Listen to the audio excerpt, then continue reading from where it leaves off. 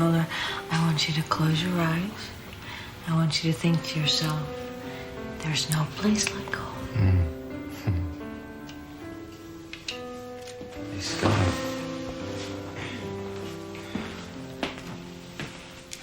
Yes.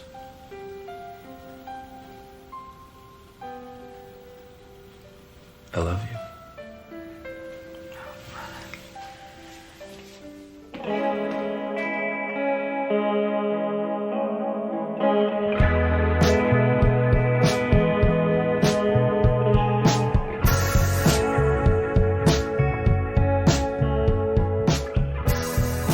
Hello and welcome to Most Unwanted and X-Files podcast. I am Luke, and this is Oh, we still talk over each other even when we're not on Zoom. yeah. I'm Jex. That's who he is.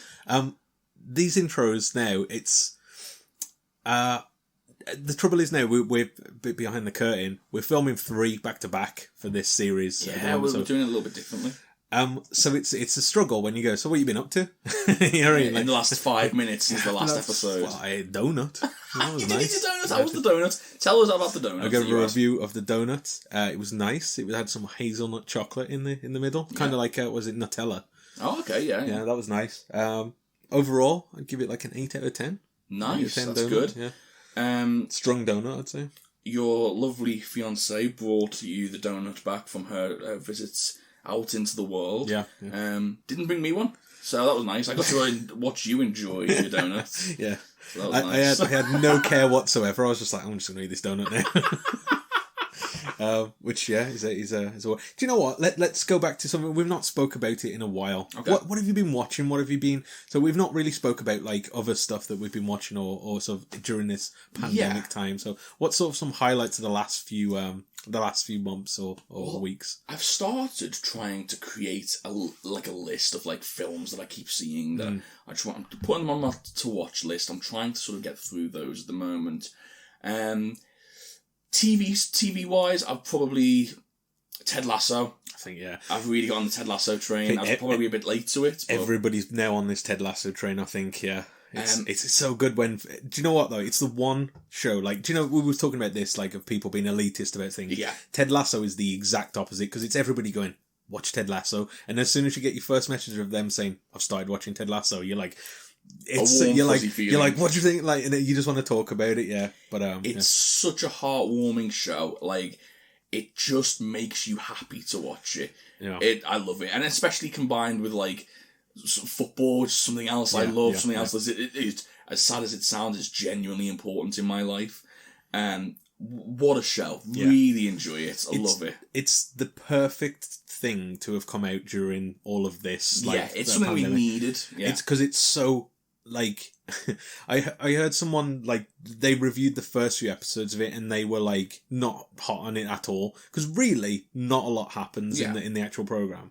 But by the end, they were won over by it and they said it's because it's so overwhelmingly optimistic. Like, the show is itself, and, I mean, the character of Ted Lasso is that all the way through. But, yeah, it's such a bright spot in, like, this, like, dark time that we're in. As far as films go... I've not really watched anything. I watched Guns Akimbo the other day.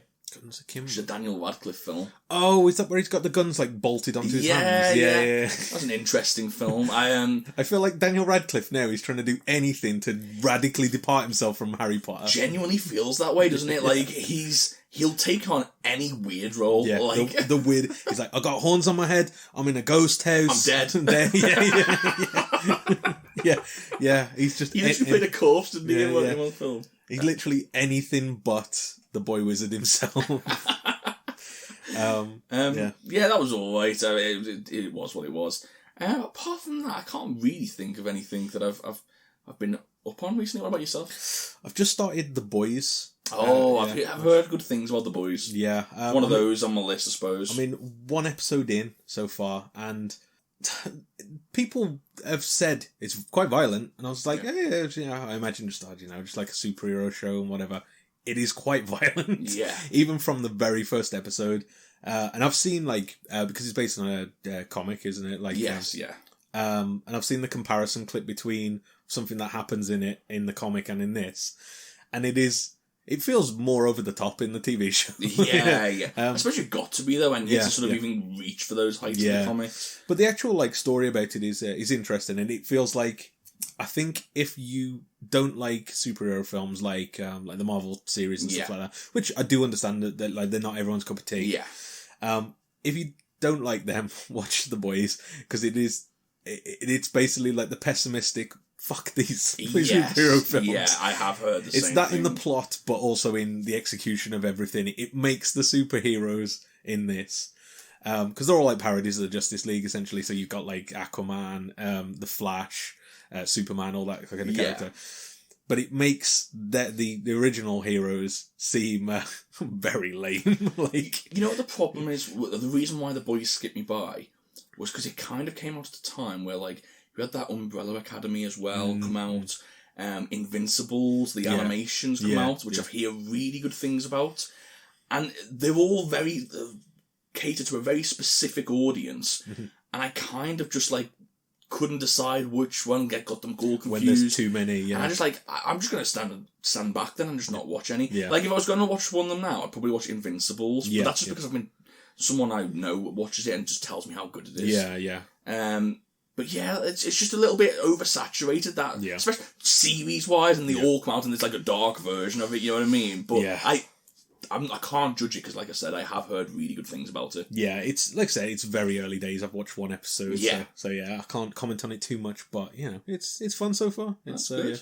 But other than that, not too much. You know what we have been watching though, the two of us. Everybody loves Raymond. and let's talk about it now.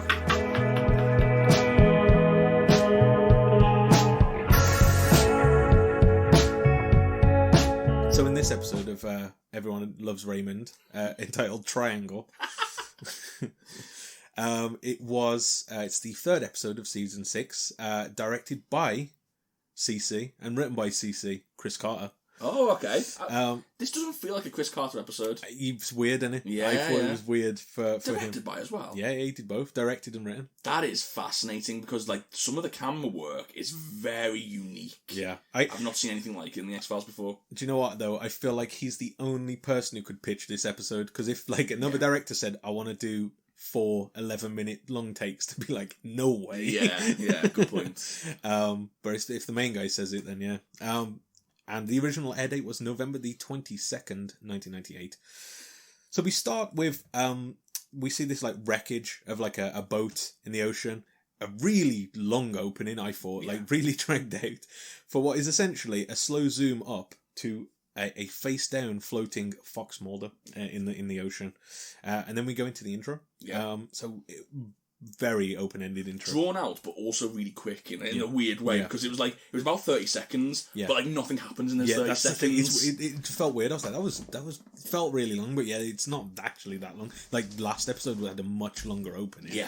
When you think of it. So we get the intro. Also, nice note here was the German version of The Truth Is Out There. I did not see that. That's interesting. I'll try and read it later because it's in the production notes, and I apologise in advance to any German native speakers because it's not going to sound good. But it's The Truth Is Out There, but translated into German. That's good. I didn't notice that, but that's awesome. Nice little Easter egg, I think, for what's to come, I guess. Then we go to Mulder being pulled out of the water by British sailors. On this, I text you and called them orcs. Yes. So I wrote down here, there's a lot of accents here. A lot of accents. And like the way Lord of the Rings because Lord of the Rings like uses like low class accents, basically sort of low class English accents, more to be more specific, as the orcs of the film. And it was very much like an amalgamation of all of those. So like, oh, we've got a little American here. Oh, I'm going to slice him up good and proper. So it's like Uncle Albert who's really aggressive. It was just... I was watching it, and because you couldn't see their faces either, I was like, this just sounds like an orc conversation in Lord of the Rings. It sounded... There's times where it was like, it kind of sounded Scouse, and then there was one who's like, he sounded kind of Geordie, and it's like... A bit of Cockney in there. Yeah, it was like they just mashed everyone together, which is funny because... I think a lot of British actors were in these roles. FBI, never heard of it, mate. Oh, you're just a cherry in disguise. Get your apples and pears on. Apples and pears. That must have sounded brilliant. That's what it was like. It was so nonsensical. We can make these jokes because we have the worst accents. They were taking the piss out of us, yeah, so we're taking the piss out of them taking the piss out of us. I was waiting to hear a Brummie accent, to be honest. I know, yeah. Get him out the water, lads. Just like... oh god, it was, there was a lot going on. But yeah, they pull him out of the water. He says that he's, as you mentioned, he's FBI, and they've never heard of it. Yeah. And we find out why later. But they take him down to their captain, who again, I couldn't work out what accent he was. I think it was meant to be Northern Irish, but again, I'm not 100% sure. And they think that Mulder is a German spy. Yeah. And they keep reiterating this to him. But Mulder is trying to tell them that this ship that they're on actually went missing in the Bermuda Triangle. Yeah. And somehow time travelled into the year 1998, and that's where he's ended up. Yeah, they're in 1998. He thinks they're in 1998 at the moment. Exactly. This is when the ship gets boarded by a bunch of Nazis. Yeah. I mean, not even like in the they're racist. They are actual Nazis. They're actual Nazis. Nazis. So they try to lock. The soldiers lock Mulder in the cabin while the soldiers go off to deal with him. And a German soldier walks in, and we we hear a transmission as well on the radio, confirming that he's in 1939. Yeah, so he's actually gone back in time, or has he? That's the question. But yeah, a German soldier walks in. We don't see who he is initially, but as we sort of pan around, we see that it is Spender, or at least it looks a lot like Spender, i.e. played by the same guy. Yes. Who's playing one of these Nazis, and Mulder jumps on him and knocks him out. Yeah, this I thought, Mulder is literally fighting a Nazi. Like, this is great. And I reckon it would have been great if I could have seen a damn thing about it. Oh no. It was just dark. So damn dark. So dark. I'll happily say this is a really good episode. I thoroughly enjoyed this episode. This beginning bit was so damn dark, I couldn't see a thing. When some of the character reveals and the faces, and it was like the music hit, bing, as if I was supposed to recognise them. And I was squinting at the screen, trying to figure out who that person was that I was meant to see. I just couldn't see. I could see my own face squinting at the screen, in the screen. I'm in this one. I'm in it. I was the surprise. Are you surprised that you were a Nazi all along? Who'd have thunk it? I like that they're consistent in keeping with this. Yeah. We're going to keep it dark. Luckily, it's only really an issue for the first 5-10 minutes. Yeah, it does brighten up a bit. But yeah, so he knocks out this Spender Nazi, and basically takes on his uniform. Goes walking down the sort of cabin. I don't know what, just a hallway basically. Yeah. And some German soldiers try to get his attention, and he just ignores them because he doesn't speak any German. No. Which I sympathise with Mulder in this part, because I really wish I could speak German to understand what, do you know, like the conversations that yes, and how good the German was. I'd love to know. I'm like, what are they actually saying there? And this is the one time where I was like, I wish I knew German, because this would be so beneficial. There was cigarette smoking man really gave me the impression, I'm sorry to jump ahead. No, it's fine. But he really gave me the impression that he knew German anyway. Well, there's an interesting note about that. Okay. I felt like he really knew. This is as a non-German speaker, it sounded really authentic, and then Skinner would come along, and it would just sound like he'd read it moments before off a script and just kind of bundled his way through it. But it wasn't then to the detriment of the show at all. Remember what you've just said, because that's bet you it's the very opposite way important. round, isn't it? I bet you it's the opposite. I'm not going to say it, but it comes back. So yeah, he gets chased by these Nazis down the stairs, and he ends up going into a ballroom where he meets Scully, who has no idea who he is, and she's dancing with this older man, and she thinks he's a Nazi because, I mean, he's dressed as a Nazi. Yeah. So yeah, they eventually get captured by these Nazis, and they take him up to the bridge where we see the captain from earlier, who's refusing to let go of the wheel. They shoot him, and we see, I think during this time we see who's giving out the orders to shoot him. Yeah. It's cigarette smoking man. Yeah, it's at this point in the show where you sort of start to realise the parallels of what they're going for. Yeah. Especially when Skinner turns up. So, like, I believe, in this scene, he goes to shoot Mulder afterwards, and it's Skinner that saves him by giving him orders. Yeah, yeah. And you start to go, oh, this is really interesting, because they're using this whole story device as a parallel to sort of show what's happening in the real world. Yeah, exactly. I thought, and then as soon as I realised that, because obviously in the lead up to it, you're like, what the hell's going on here? Yeah. But as soon as you realise that, it unlocks so much more enjoyment. Yeah. Because you can read into everything everyone's doing at that point. Do you know what I mean? Everyone's sort of actions in this are sort of mirrored in the real world. And also give you like a little bit of insight that you wouldn't necessarily get. So like with Skinner, like Skinner can help as much as he wants in the real world, but he's just doing his job. Whereas in this sort of alternative world, this sort of past world, him directly saving Mulder goes, oh, the intention's there. You know what I mean? It gives you a little bit of an extra insight, which I found really fascinating. Yeah. So they shoot this guy. They shoot the captain, and cigarette smoking man is an SS, which I think pretty on the nose. Yeah, it works so well for it. I believe that. He's giving orders in German, full German. He doesn't say anything in English, does he? In this entire episode?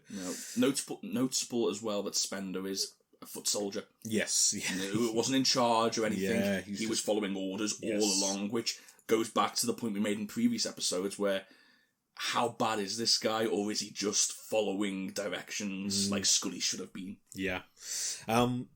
As you mentioned, Skinner interrupts when Mulder's about to be shot and basically says that they don't want to risk killing him in case, because he's American. And at this point I was like, this is quite a fun episode. The way it's sort of... Do you know what it reminded me of? And I'm going to say it now because I don't want people thinking I've just copied it. It reminded me a lot of Indiana Jones. I mean, like how there's Nazis in that, but it's kind of weirdly playful, you know what I mean, with the theme of it. And I think there's somebody that mentions that in a review that it felt that similar kind of vibes. And that was one of the themes of the episode of this, like, over-the-top Nazis, you know what I mean? Like... I'm surprised you didn't think the same as me, because it was kind of this point in the story where I got overwhelming season 5 of Lost vibes. Yeah. Do you know what I mean? Where it was like that... The time jumping period. Yeah, time jumping back and forth, but also like... Sorry for spoilers for Lost. Yeah, I mean, I think we were allowed to at this point. The time jumping, but also the feel of like watching a show and going... I don't know what's going on here, but I'm along for the ride because I'm invested. Yeah, exactly. And that's the thing. You can have a confusing show, and unless you're invested, why am I even bothering? Because I don't understand what's going on. Yeah. But you invest in the characters, and the great thing about having characters played by actors you already know as other characters, and you've already got an idea of who they are, it's brilliant because you want to know more about who these are, what's going on. It gives you that investment straight away, and... to have that mystery element, and it took me right back to the way Lost made me feel. Yeah. So I definitely got those vibes. I was all in at this point. I was like, this is cool. This is so different. And I'll mention it later more. The camera work is stunning throughout. Yeah. Stunning. It's of particular note in some other scenes, especially the very next scene, I thought. And is that the Scully scene? Yeah. Yes. The Scully scene is where it like dawned on me how good it was. But yeah, there's also the I mean, we'll talk about any, but the split part. Yes, that one was interesting. Just before you get into the Scully scene, then I want to preface this by saying, quite possibly, my favourite 5 minutes of X-Files I've ever seen is this next scene. I loved it. Yeah. Before we go into it as well, at this point, I was kind of like, I could understand people not enjoying this episode as well. Do you know what I mean? I'm really loving it at this point, but I also thought, maybe would this be divisive of being like too over the top? Yeah. You know what I mean? I did wonder if some people like that. I mean, looking at the general consensus, I don't think that's the case. Yeah, but at this point, I was like, I wonder if people didn't like this. Yeah, I wonder if it put people off. Yeah. But anyway, we'll get to the Scully scene. So we go back to the present, and we see the lone gunman go to Scully and basically tell her that Mulder's disappeared in the Bermuda Triangle. They explain that he was looking for the SS Queen Anne, which is this ship that he's on now, and when it disappeared in 1939.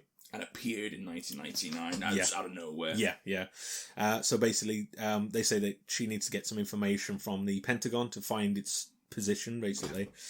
She goes to Skinner initially and basically says that she needs his help to get this, and he rightly says that he can't have an interaction with them. And this is the first point where he's basically out and out said, not only are you not in the X-Files, I can't talk to you, essentially. He seems sympathetic, but also tries to make it clear he can't be seen to help. Yeah, exactly. So she goes to, she reluctantly goes to Kirsch's office and just barges in.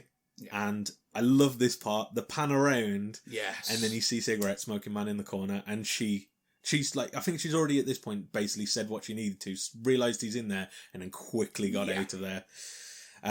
So she leaves, and she goes down to the X-Files office, where she basically tries to, I think she grabs Spender, doesn't she? Yeah, she threatens him. She just goes like ice cold on him and just calls him a weasel. Yeah, I tell her, I'll kill you if you don't do this for me. Yeah, it's so hostile for Scully, but he leaves, and then she gets a phone call, or the phone call comes for the X-Files office, and on the other end is cigarette smoking man trying to speak to is it Foley? Oh no, he's trying to speak to Spender, isn't he? But she pretends to be Foley. Yes. And he basically explains that, Scully's just been in the office trying to look for some information, which I thought was interesting that he didn't pick up on the accent straight away. Yeah. Well, he does he does after she says something else though. Yeah. To asks who this is. Yeah. So she hangs up, leaves, and ends up basically running back into to Skinner in the elevator, who gives her the information, and she kisses him. Yeah, loved it. Loved it. There's just the release of like endorphins. She's just like, this is the kiss that everyone will be talking about in this episode, I think. I can't see another kiss beating this. Yeah, there won't be another kiss that beats this.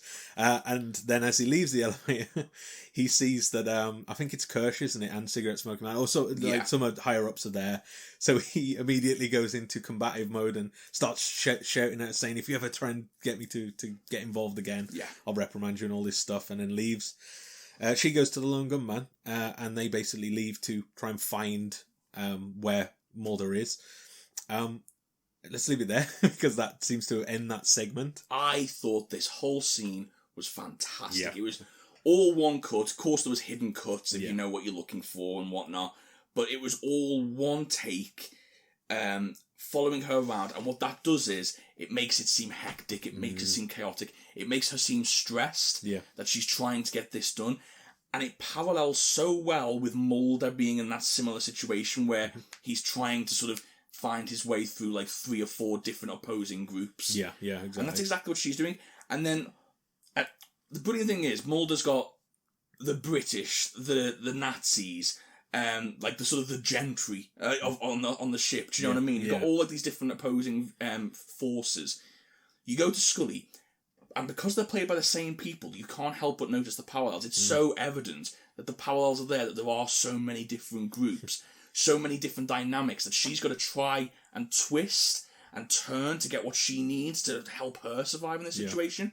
But the beautiful thing about that is, and it's all subconscious, by directly having that comparison between those two scenes, you then start to look more at the present day as a war, as the previous day was. Yeah, and when you start looking at it through that lens, it starts to look very dangerous. Yeah, exactly. Do you know what I mean? Because it's less office politics. It could so easily look like office politics. Yeah. But because you've got that direct parallel already, it's Scully's in the trenches here. Yeah. Trying to get information. Yeah. It's brilliant. It's so well done. Yeah. And I think in this role, in this sort of like, because basically it is these 4 different chunks of the story. In this sort of chunk, not the best word to describe it, but anyway, I do really think that we praised David Duchovny in the last episode. Yeah. I think Scully steals the show in this episode. Absolutely. Just because of like the part in the elevator where elevator turning American there. She's her facial features, just as it pans around, as she's just like thinking of what to do, where to go next, contemplating.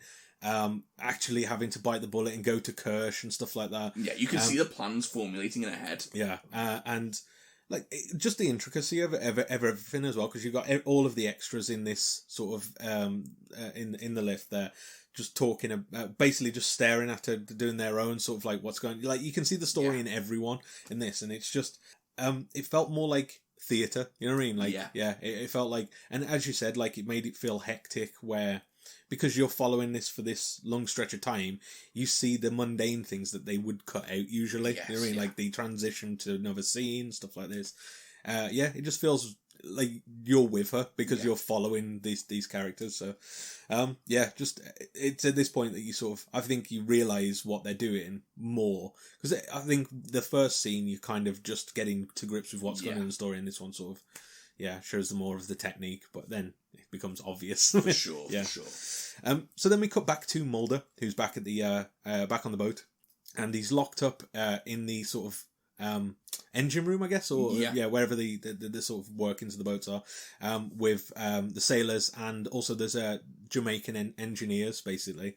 And he's told that the Germans are looking for something called Thor's hammer, and Mulder basically knows what Thor's hammer is. Yeah. Obviously, this event has already happened, so he knows all of the secrets of what's going on. And unbeknownst to him, he tells them, "Oh, Thor's hammer is actually a person. It's not a thing." I've seen him. He's in the ballroom. Yeah. Unbeknownst to him, one of the British soldiers is actually a German spy. Immediately calls up and lets everybody know about this. I loved in this part as well where Kirsch is one of the sailors down there, and he can't say I noticed, to be honest. He tells him, "Don't trust anyone." Or he says, "Trust nobody." See, now that makes me believe what we said in a previous episode of maybe this guy isn't necessarily a bad guy. He's just a by the books. Maybe, yeah. You know what I mean? Maybe because he's just making the ship run at this point. Yeah. Do you know what I mean? Maybe he's closer to Skinner than we're giving him credit. We're at the moment like slamming him, thinking he's doing all this stuff, but maybe he's actually not as bad as it seems. It's true. There was also I've got to be careful with this because they kept on calling the people running the ship. Because it was mostly black people that was running the ship. They kept on calling them something. I can't even remember the word. Yeah, I can't remember. But I've never heard it before, and it sounded like a slur. Yeah, and I've got no idea whether it was a slur, which makes me in an awkward position. It's one of those things as well because it's meant to be 1939. Like there's that whole thing of like, are they saying something that is racist, or is that like that a boat term? I didn't know. Because that's the thing. It could very well be. Oh, just a lower class citizen that's just working the boats. Yeah. I've got no idea though. Let's err on the side of caution. Let us know if we're. It was. I just wanted to make it clear it was there. Yeah. And but I've got no idea. I've never heard the term before myself. I had the same thought, and I was like, "Is that offensive?" I should have searched it, but I didn't even think to. I was too engrossed in the story. Yeah, exactly. Yeah. But anyway, the soldiers want to basically scuttle the ship, but Kirsch has chained the controls to basically send it to Jamaica. But Mulder basically says that they can't do that. They need to turn it round and go exactly where they've come from, basically to get back to 1939. Yeah. Mulder's taken to the ballroom, and Cigarette Smoking Man basically wants him to identify who this Thor's hammer person is, or else he'll start shooting the passengers. And he actually does shoot one, just one guy. I think he shoots two people, doesn't he, in the end? Yeah. And eventually he basically says, "Okay, I'll tell you," and he says it's one of the people you've actually shot. Yeah. So I can't remember exactly the reason for why they're doing it, but Scully basically speaks up because they're going to shoot Mulder. Scully's basically saying that you're going to just shoot everyone and they're not here. She's just being brave, I suppose, and just sort of saying this isn't on. You can't just shoot every innocent person. Yeah, when he's said that that's the person. Yeah, exactly. But then obviously she puts herself in the line of fire. Yeah. I like in this we got like a jazz like soundtrack as well. Yes, the soundtrack was amazing. Yeah, I thought it was really interesting, like of the time as well. Throughout as well, there was like when he first walked into the party scene, there was that Jeepers Creepers song. Yeah. Which just like a really, it sets the mood perfectly. Do you know what it reminded me of? And because it had this like jazz, and it was like the single shot. Do you remember Birdman? That what's it film? Yes, because that had the same thing. That like drum beats of like while they were like and it follows the beats of what the character's taking. Yeah, as well. exactly. Yeah, it did. Reminded me of that a bit. But anyway, back in the present. Just another point on that. An interesting note on sort of I don't know whether like you picked up on it, but like that's a great storytelling device as well because the way jazz is fundamentally is playing by ear and improvised. Yeah. And so when you place it over someone who is in a situation that they don't know about and they're sort of struggling and they've just got to play it as it comes on the beat and just try and play deal with any situation that's thrown at them, it works so well. It works in Birdman and for both not so much with Scully the jazz, but with the Mulder in here he's just trying to improvise in a mad situation where he's in the past. Like, he's got no reference points. Yeah. Back in the present, we see that Scully and the Lungerman have now found the ship, and they go on board, and we get this. This is going to be a difficult one to sort of go through exactly, because we could kind of get this like cross in between the two perspectives. It kind of becomes very clear straight off the bat, and it's they toy with it, but it becomes clear that Scully is on a deserted ship. And they're not on the same ship. And Mulder is on this live ship just being chased down by Nazis. And they're both shown at the same time. So I don't think you're ever under the illusion that they're on the same ship. But you can see the similarities in the movements they're making. So just quickly to sort of summarise what happens. Scully, we find out that she's an OSS, which is basically the I don't know what the word is. Basically, it preceded the FBI. It was like the thing before that, and she's protecting this Thor's hammer guy. Eventually, there's British soldiers get on the boat, or the sailors get on into the ballroom, cause a big fight, and they sort of flee in this sort of like chaos. They're being chased, and at the same time, as you mentioned, we see the lone gunman and Scully looking for Mulder. And then we get this sort of moment as well where the two Scullys. Great. So we see them. It's sort of split in half. I won't do justice by talking about it, but if you've watched this, they cross the streams. Yeah. And as they do so, they both sort of take a second glance. As like if they realise something happened, but they're not quite sure what. Really good. And while all this is happening, Scully, 1939 Scully and Mulder get held up by they get held up by a Nazi, who's then shot by Skinner, who basically says that he's working for the Americans. He says, "God bless America, now get out of here." Basically. Again, great, because you know that this means Skinner is a good guy. And it'll be interesting when we talk about the ending of like the duality of the ending and what it means, because if it is the ending, I really enjoyed. It was great. But if this is to believe that like maybe it is in Mulder's head, it also gives you an insight into what he thinks of Skinner as well. Do you know what I mean? Which is interesting. Exactly. But Skinner inevitably is the undercover guy, the man on the inside, the one who's actually working with them, allowing them to get away with stuff. I did like this like spy v spy thing. So we've got like British soldiers spying for the Germans, and then German soldiers spying for the Americans. But anyway, Mulder and 1939 Scully end up on the deck of the ship, and while all this fighting's happening, Mulder basically says that they need to go back the way they came, because it's a rift in space and time, basically, that they can go back through. And with this, Mulder realizes this might be the last time he ever sees Scully. So he takes the opportunity to do the most over-the-top Hollywood kiss of leaning her back and like doing all that stuff. After the kiss, she immediately punches him in the eye for his trouble. And Mulder jumps overboard and Scully throws him this ring, the flotation ring. it just lacked the passion of the Skinner-Scully kiss. You can't get them. You can't build to that, can you? Yeah, I suppose that's just natural, though, isn't it? Like, you can't... it'd be too much for me to ask Duchovny to, like, try and recreate that, because you can't. When there's a spark, there's a spark, you know what I mean? What can you do? No, after this, I was like, they really love having kisses that aren't actual kisses, do they? Yes. That's their, like, thing. So we've had this one, obviously, which is not the real Scully. The film, which nearly happened, but then a bee ruined it. And also we had the body swap one as well. Mulder. Fake Mulder. So, I mean, whether you class this one as the first kiss, it was a great moment. Yeah. It was a great moment, and it was... I can imagine a lot of people, like...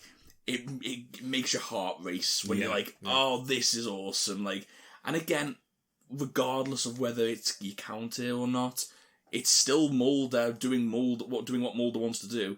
Like, you know what I mean? It gives you an insight into what Mulder wants. Yeah, exactly. And it's a great moment, and I think it couldn't have been better. The best way to... It's been 6 seasons. People have been dying for a kiss for 6 seasons. How do you do that and not disappoint? Yeah. I tell you how. You have the kiss, and then you have Scully punch him. Because it's all the tension just alleviated straight away. Yeah. It's brilliant. Yeah. So good. Yeah. And again, it still leaves it open to eventually when they actually do. Like it has technically happened, but it hasn't, you know what I mean? Again. Yeah. So, then we cut to the final scene, where basically we find out that Mulder was floating in this wreckage like we saw at the beginning of the episode, and they found him. And we wake up in hospital with him, and now he's in the present day. All of the people are there, so Scully, Lone Gunman, and Skinner are all there. Which, again, they sort of hammer it home here of the Wizard of Oz references. Yeah. And this is very reminiscent of the we've said this before. Do you know what? Like, it's just dawned on me that we've called the Lone Gunman the Tin Man. And it's like, now it's like, oh, they literally are in this scene. Yeah. Like, that's exactly who they're point. playing. We've literally had that conversation. It's only just dawned on me as I'm reading it. I'm like, holy shit! Everyone's probably heard us say that and go, wait. You wait to see. Yeah. But anyway, so yeah, they're all standing there. I thought it was quite funny as well that this is kind of like, they're all like, oh, Mulder, you scamp. You know what I mean? Like, I gotta say, this came out of left field for me. I didn't pick up on any of the Wizard of Oz vibes. No, neither did I. Like, until I saw a lot of what they were trying to do with the different sort of parallels between the two worlds. I didn't pick up on that. It works, but I didn't pick up on it, and I'd like to go back and watch it again with that in mind. But also on a personal note, and like a much less serious note, I don't know why, but I get excited every time Skinner interacts with the Lone Gunman. Yeah. I don't know whether you noticed it, but as they're walking out, and I think it's Frohicke is sort of like just sort of reluctant to turn around, and Skinner just gives him a pat on the shoulder, come on. And it's like, oh, they're friends. Like, I just think they make such good friends. I love it. It's kind of like a weird friendship where, like, do you know in like films where like people, they're like friends, but they kind of are at odds. Like, they just don't really. Well, they've got something in common. Yeah, they're both friends of Mulder. Yeah, that's the only thing they've got in common. We both like Mulder. That's essentially, yeah. We both have to get him out of trouble a lot of the times. Yeah, all the time. So in this ending, then we basically see they say that he did something stupid, trying to go for this ship. And Mulder tries to say that, you know, they were all Nazis. The natural speech as well. Yeah. You was there, and you was there, yeah. and you was there. It's the Dorothy speech from Wizard of Oz. Literally, yeah. And they're all like, no, that didn't happen. I think they even say in this point, Skinner says, I was there with Toto, and and Scully says, oh, there's no place like home. So they literally are hammering on that this is like, not a parody, obviously, but, you know, it's definitely got its inspirations. I love the way Scully acts with Mulder in this scene. Yeah. Like the little sort of like cute playfulness is what I meant to say. Yeah. And like the sort of like, like the little, oh, I'm angry at you, but I'm not really. I'm happy you're okay. I love it. I don't know why. They've got such a good chemistry. I know how many times can we say this? It's an X-Files podcast. We've got to go on and on and on about the chemistry between them. But there's a reason why this will they, won't they lasted 10 seasons and so successfully. And it's because it's just electric between the two actors. it feels like one of those where it's like they actually get on as well Yeah. in real life, like, you know what I mean? And I don't know the actual like behind the same. scenes story. Maybe they hate each other. I'd hate it if that was the case, but they seem to genuinely get on, so that always helps, I think, with these kinds of relationships. But anyway, they sort of explain that, well, he tries to say that he saved the world, and they just think he's just been out of it, basically. They explain that the boat was just a ghost ship, there was nothing on there, and his boat was actually just smashed to pieces. As they all go to leave, Mulder calls Scully and basically says, "I love you." Yeah. To which she rolls her eyes and walks out. Yeah. And then Mulder sort of touches his eye as like he's been bruised or where he's been hit by the 1939 Scully. So sort of like, was it real or was it? Yeah, and I love that about the ending because like it could have got that from the boat. Yeah. From the boat like capsizing or whatever. That's the thing. It's completely open ended. Like this could have gone either way, and yeah, it doesn't explain it. So, what did you think of the episode? I loved this episode. I just thought this was such. I love it. I mean, I love them trying new things. You've got to try new things. You've got to keep it fresh, especially in like a sort of episodic show like this, where it's not like one continuous story. I thought it was clever. I thought it was very smart. I thought it was inventive and creative in the way that they showed the story that they wanted to tell. The camera work was beautiful. The soundtrack was beautiful. I mean, we're 3 episodes into season 6, and I just think these have been 3 absolutely phenomenal episodes. Really good. I don't. Maybe this is like, you know what I mean. Like maybe I'm just the optimist. I don't know, but maybe this is the end of the good times. maybe yeah, who knows? Possibly. Who knows? But I love this episode. This is one of my favourite episodes that I've seen, and maybe like because as I say, we've heard that like season 6 might not be up to the same standards. Well, maybe like.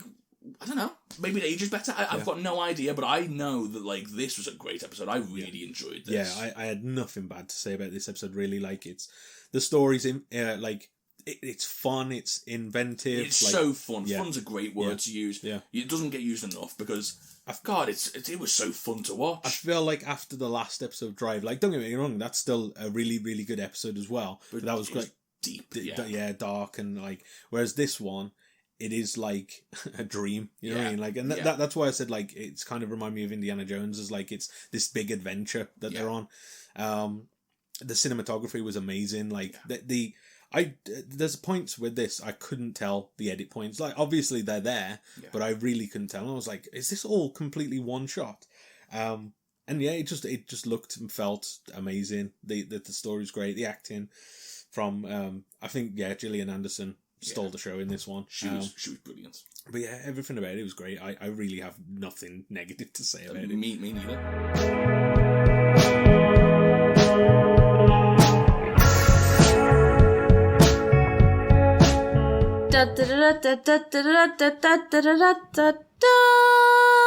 Luke's production notes. The X-Files creator Chris Carter developed the idea for Triangle while working on the 5th season episode, The Red and the Black. That was the one where the what was it? The guys with the sewed up faces and the yes, I think it was, wasn't it? Something like that. While filming the episode, this is The Red and the Black, Carter used so much film that the crew made him a mock trophy. This in turn inspired him to write an episode that featured continuous action, thereby using as little film as possible. I like that. That's cool. Maybe Chris Carter is very petty. I'll show you. Carter designed Triangle in the style similar to Alfred Hitchcock's 1948 film Rope. Initially, Fox executives were hesitant to greenlight the production because it would exceed the $2.5 million episode budget. To persuade them, Carter told the executives that the episode would feature elements of Hitchcock's directing style, a movie later called An Easy Hook. Carter also cited the 1964 Twilight Zone adaptation of An Occurrence at Owl Creek Bridge as an inspiration. Okay, interesting. I like that. It's cool to try the new things. That's what keeps the show fresh, is episodes like this. Yeah. The Twilight Zone comparison, I've not seen that episode, but as soon as you say Twilight Zone, it's like, oh, it does feel like this fits in a Twilight Zone universe for sure. It definitely has that kind of vibe to it. The scenes taking place on the Queen Anne were filmed aboard the retired British ocean liner RMS Queen Mary, which is moored at Long Beach, California, and currently serves as a hotel. Oh, okay, interesting. It does look actually like a hotel, like I could imagine that. Yeah. But imagine we could book a room at where Spender got smacked in the head. Let's do it. I suppose if we do that, that's where we'll have our meal. There we go. That's where we'll have our meal with the listeners. The ballroom. Everyone's California. Come on, book your flights now. God, we needed to do a travel package now. To block out the light of the nearby Long Beach, the X-Files crew erected wraparound scaffolding on the ship's bridge. To give the effect of rain during the scenes of the bridge, the crew installed large sprinkler systems that provided a constant supply of water. That's mad, really, isn't it? Like, they could, to just get it at night time and raining, they had to set up all of this stuff to do it. Unhappy with the remodeled style of the ship's corridors and ballroom, Carter had whole portions of the ships redesigned so the finished episode would have a late 1930s feel. For authenticity, several British and German actors portrayed the British sailors and Nazi soldiers, whose dialogue was mostly in German. Trevor Goddard, who portrayed the first British crewman, is English, while Madison Mason, who played Captain Yip Harburg, is American. He affected an English accent for the part. Not very good. You know what? It's not that it wasn't good. No. It was just... It was too much, especially with, like, the old... like old-timey speak as well. Yeah. It was just very caricature. Yeah. That's the thing, and it's like Which is fine. It's not a problem. Like, to be fair, gets the point across, and it probably fits with this like kind of dreamy kind of like setting. Yeah, exactly. So maybe it does work better. But it does sound like orcs. I will not budge on that point. Honestly, they do. I think there's a lot of TV shows where like British people, anybody who's not like the Queen's like English, they do just sound like an orc. Yeah. William B. Davis, Cigarette Smoking Man's dialogue was entirely in German, a language which he did not speak. He later explained, "I certainly didn't realise I was going to be speaking a lot of German until I got the script, which just said, Cigarette Smoking Man, brackets, in German." To successfully learn his lines, one of the German cast members recorded all of Davis's dialogue onto a cassette. Davis was given this cassette 2 weeks before shooting and phonetically memorised his lines. He noted that the method seemed to work pretty well, at least to non-German speaking people. It was a little more challenging because there were some real German speakers on the show, which I thought was a little unfair. No way, that's interesting. It's mad, isn't it? Like, because 2 weeks before, wow. Imagine trying to learn like lines of a language you don't speak. How would you memorise that? But you know what? I'd say it worked because, like I said earlier, to me it sounded spot on. You can tell now. Tom Braidwood, who played lone gunman Melvin Frohicke and was an assistant director on the show, called Davis's role brutal and noted that it was really tough for William because he had to learn all this German. Davis later joked that maybe we shouldn't try to do two clever things at once. I think it worked fine, but it was a struggle to do it. The only main cast member of the X-Files who already spoke German was Mitch Pileggi. No way. Pileggi had studied in Germany. He had to rewrite many of his lines as they made no sense in the context of the scenes. Phenomenal. How... Well, there you go. What do I know? Because it sounded like he had no idea to me, so that's great. I love that. The tagline that usually appears at the opening, "The truth is out there," was translated into German, and again, I apologise. Die Wahrheit ist irgendwo da drüben. I think that's great, yeah, that sounds right. But then again, I thought Mitch Pileggi wasn't speaking German, so what do I know? We don't have a clue. I don't know why I'm still giving an opinion on this. That's my best attempt at that anyway, so you got let me that know. Sound. I guess so, yeah. In German speak, you got that spot on, so I'm willing to say that was good. I've watched a lot of war films, which is probably not the best sort of way to learn German. There's a German person out there going, why are they just making orc sounds? Filmed in real time, the episode is designed to look like it was recorded in 4 uninterrupted 11-minute takes. Carter explained, "I said to the cast and crew, wouldn't it be great, since we have 44 minutes of programming time, if we just did an episode where we did 4 11-minute takes and put it all together?" And everyone looked at me like I was nuts. To film the episode, camera operator Dave Luckenbach wore a Steadicam. The Steadicam used could only hold a maximum of 4 minutes of film, so discrete edits and cuts were necessary. Luckenbach later likened the physical aftermath of filming to playing football. You'd have a game on Friday and you'd wake up Saturday and really feel it. The cuts we used were usually made during whip pans or in scenes when the screen would go dark. What kind of what we assumed. Yeah, it was because again, if you know what you're looking for, you can kind of see it. It was every time she got into the elevator and they'd whip it around. That's when the cut was. Exactly, yeah. And they did like a really clever one as well, where you know the scene where it's side by side. So what they would do is it would pan in to the one scene, and then the scene that would panned in is the scene that takes over at the end. Yeah, so while it looks like one continuous cut, but actually it's two cuts.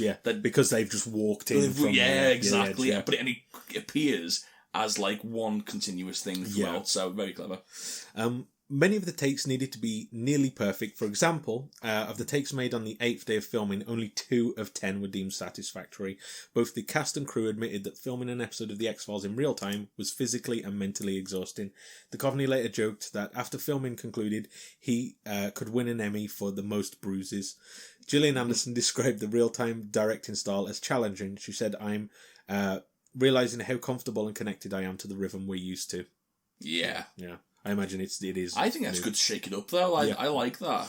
I think the results speak for themselves. In an interview before the episode was finished, Gillian Anderson said she was most looking forward to the scene in which Scully takes an elevator through the FBI headquarters in a quest to locate Mulder. She later compared the episode to live theatre, which she had previously worked in. During the filming of the scenes, when this bit blows my mind. During the filming of the scenes, when the actors entered the stage elevator, the set that would next move onto had to be constructed behind the closed doors. Many times during the filming, these doors would open before the set had been completed, which ruined the shot. So when the doors closed... That's insane. I did wonder that because I'm terrible. What's the director's name again? The current one. Chris Carter? No, sorry, like the FBI director. Oh, right. Kirsch. Kirsch, I keep forgetting his name. So, like, Kirsch's office is very similar to Skinner's office. Yeah. But, like, the desk is turned around. And as I was watching, I was like, oh, that's an interesting way to, like, what the different offices. And I was like, I bet you someone's just come in and changed all that up. As soon as the camera goes off, they run in and spin the desk. Yeah. I always find that interesting. And it's the same with, like, whenever you see, like, a stage production of anything. Of, like, whenever a scene transition happens and they literally there's just like a flood of people to move everything and set it up, and it's set up in seconds. You know what I mean? It's so quick. And the amount of time, like especially in sitcom shows as well, as when it's like because you often sets don't come in multiple floors because you couldn't get the camera up and down. So like in sitcoms where you've got like a staircase and it's just one staircase with like changes on the landing and stuff like that to make it look like a second floor, third floor, but they're actually just sort of going round in circles. Essentially, It's I find it stuff like that is what really interesting. For sure. So the next part, I'm just paraphrasing it, but basically the split screen mise en scène like scene where it does the swap. That was apparently inspired by a music video for the Semisonic hit, 1998 hit, Closing Time. Okay. I think I've heard that. Is that the one, is it? Don't do that some more, please. This is content. I think that's the song, isn't it? Closing Time. That's the one. That's the only bit I know of it. We've got to get you singing more often. Let's not bring that up. This voice is a rare commodity and only dished out at special occasions. Well. I know the song. I don't know the words, but I do know the song. Yeah. Have you seen the video though? So maybe I need to watch the video. We'll watch that and go. They nicked it. They nicked it. Editor Louise Innes, who was working on the first X-Files episode, said the post-production editing process was not as easy as it sounded. I would never have thought it'd be easy. I don't know. You'd have thought so. If it's all continuous takes, you'd think it would just be like cut and paste. Well, Innes was tasked with connecting roughly 40 shots and creating the illusion of one uniform scene. After the reels of film were combined, several pending issues had to be tweaked in post-production. For instance, during the scene in which Scully runs into an elevator, 2 shots were spliced together, but the colours didn't match completely in the episode, and they'd have to go into that with post-production and edit it digitally. A last note on the sort of the way it looked, it was filmed in 2.35 widescreen, and he said that this basically would allow more. Chris Carter said this would allow more into the frame to show it. So, basically film ratio, isn't it? Basically, but sounds good. To get the feel of the era, X-Files composer listened to big band music of the time. and the bouncy instrumentals that played during the fight scene were inspired by by a song by John Williams from the 1979 film 1941. There's a lot of numbers there. Steven Spielberg film, apparently. Snow later joked that the composition was the third generation of the same inspiration. So there you go. Yeah, the soundtrack is definitely, it can easily be overlooked, but it definitely adds to the whole episode. Yeah, there's some other notes here where they sort of say they got a chance to use their favourite 40s and 30s music. Yeah. And Jeepers Creepers song was actually a special arrangement specifically for this episode. Which I never knew was an original song. I always thought it was made specifically for Jeepers Creepers the film. The horror film. Yeah. So that surprised me as soon as I heard that. We live and learn. Few last things. So the episode contains many references to the Wizard of Oz. The captain's name, Yip Harburg, was the Wizard of Oz's lyricist. The ballroom singer, Almira Gulch, was the name of the Wicked Witch of the West. Or it's like an amalgamation, analog for it. Her band was called the Lollipop Guild, which is from a part in Ding Dong, Rich is Dead. And the ship that Mulder got wrecked on was called the Lady Garland, after Judy Garland. Wow, so, okay. I like that. And then, obviously, there's the ending scene, which is so like, you don't need to be explained that that's basically the Wizard of Oz. Also, the... just this one, these are what pedantic ones I find, but it is interesting. So Scully was working for the OSS at the time, but that apparently didn't exist until 1942, so they got it wrong. Well, then we know it wasn't real then. Oh, well. We know for a fact it wasn't real. It wasn't real. Thanks for ruining that ambiguity, Chris Carter. And also the name for the Thor's hammer was supposed to be like the guy who's working on nuclear bombs, essentially. The real name was the development of substitute materials, but they said that the name was quite boring, so they changed it to Thor's hammer, which fair enough. And that's everything. There's some more on themes, but to be honest, we've probably gone over roughly some of these themes in here, and it's out there to read. But yeah, that's basically everything. There's a lot in there, but it's quite a technically intense It was an show. interesting episode to look into more, for sure. Critic Files? It stinks.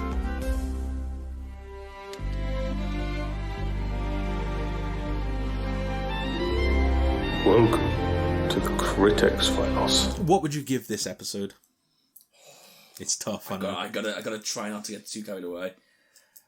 This is a good, solid 9.2 for me. 9.2. Yeah, this is this is one of my favorite episodes. I really enjoyed it, and if this is any indication of what we've got to look forward to, I'm all in. These first three have been so good. Yeah. We've really hit a good stretch of episodes, I think, for coming back. I'd give it a 9.5, I think. So sort of around that. I didn't want to give it a 10 because it wasn't like my favorite episode, but it's very, very good. Yeah, it's for sure. It's hard to undersell it. But 3,925 reviews on IMDb, which has got to be up there for the most reviews I've seen. That's a lot. That's a lot. Usually it's about 2,000, so there's nearly 4,000. But it gets an average of an 8.8. Okay, so up there, definitely. Yeah, say so. It received, just on the notes on any awards, it received a 1999 Emmy Award nomination for Outstanding Sound Editing for a series. That's sad that that's all it got, to be honest. Yeah, I don't know what it's up against. As soon as you said received, I thought this is going to be for camera work or direction, but especially when the last episode got one for cinematography. Yeah. It's weird, isn't it? Interesting. Yeah. It's usually it's up there for one of the show's best episodes as well. I've not seen it in any of those lists, or at least I've skipped it, but apparently it's in there a lot. And there's also notes on what reviewers thought of it, but again, I think it's basically echoing kind of what we thought. Everyone loved it, yeah. That's cool, man. I'm glad this was on the same page, because this was a surprise. I just didn't expect it to be this good, and I loved it. That's honestly, that's the thing for me. It's I'd never heard of it, or I'd not really there's other ones that I'm sort of still looking forward to that I know are coming up. and there's some that we've gone past as well. But this one sort of escaped me by. I just thought it was just going to be a normal episode, and it was a lot better than I thought it'd be. But yeah, for sure. So next week we are looking at an episode which I'm not Googling now. I promise you that.